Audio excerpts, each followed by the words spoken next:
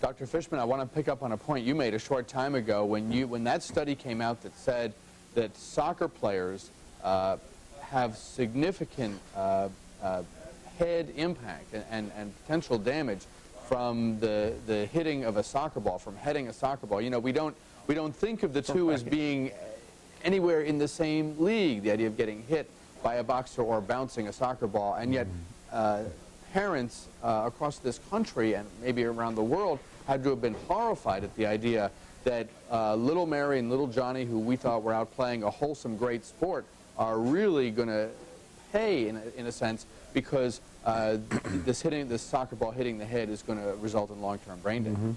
Well, I just want to clarify what the data actually said.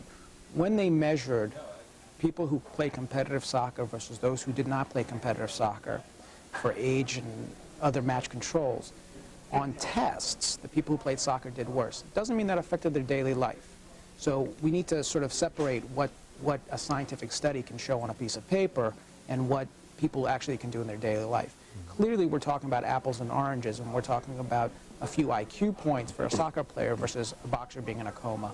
But trauma to the brain is trauma to the brain, and even mild trauma can leave people with impairment. Right. But we're in a society that lives with risk, and we just need to accept that certain people are going to take higher risks than other people. And Doc, you never know what was wrong with the young man's brain anyway. There could have been something wrong with his brain, and that may have kicked it off. Absolutely. I don't know this patient. I've never looked at his CAT scans. If he was born with a brain malformation, it may make him more susceptible. But the getting away from specifics and more to the general is that repeated head trauma does leave long-term sequelae, whether it's minor trauma or major trauma. And the football player, not to open up the discussion beyond boxing, but football players are retiring because they have chronic ringing in their ears, trouble concentrating, and it's ending careers in other sports. And that's with a helmet on. And that's with a helmet on. But they also weigh 300 pounds and run full force into each other. So there are other factors that ultimately play into how much force your head strikes either a fist in a boxing glove or another 300-pounder with a helmet on. 703-912-1430. The lines are open. We'll take your calls here for the remainder of this segment and the next here on News Talk.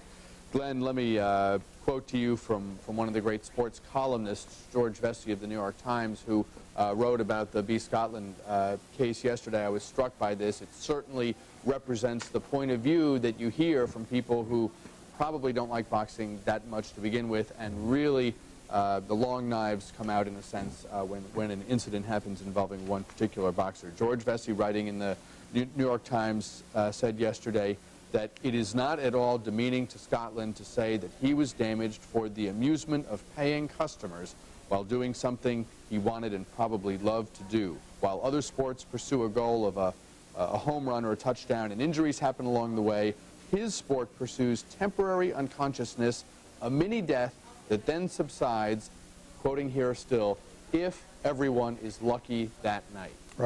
Some people just look at this and say, barbarism, enough. You know, I don't care if these guys know how to deflect blows and are trained and are willing to take some risks. Let's find other ways to show off our athletic ability rather than banging each other in the head with our fists. Well, we all make decisions in our lives to do what we want to do. I know that being an ex-athlete, you know, banged up knees, banged up shoulders, thumbs are bad from different sports we played. Just glad my brain is okay. But then they do have accountants who don't think that they make the accountants things right at their jobs. Hope I'm saying that right. They dive off of buildings because they may have screwed up some companies. I don't know. So who's sane or insane, I don't really know. But each job has its own kind of a black mark on it, if you will. Sure. Glenn, we hope you can stick around for one more segment. We're going to take a few more calls.